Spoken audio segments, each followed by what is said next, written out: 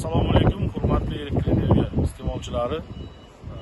Tumanimizda kuchli shamol oqibatida daraxt shoxlari sinishi, daraxtlarni simlarga urish oqibatida elektr energiyasida uzilishlar sodir bo'ldi.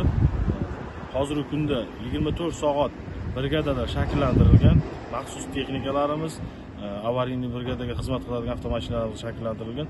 24 soat ichida shakllantirilgan brigadalarimiz har bir xonadonga kirib borishadi, xudo xolasa.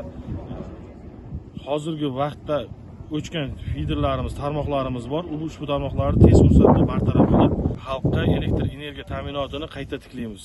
Keltirilgan noqulayliklar uchun iste'molchilardan uzr so'raymiz.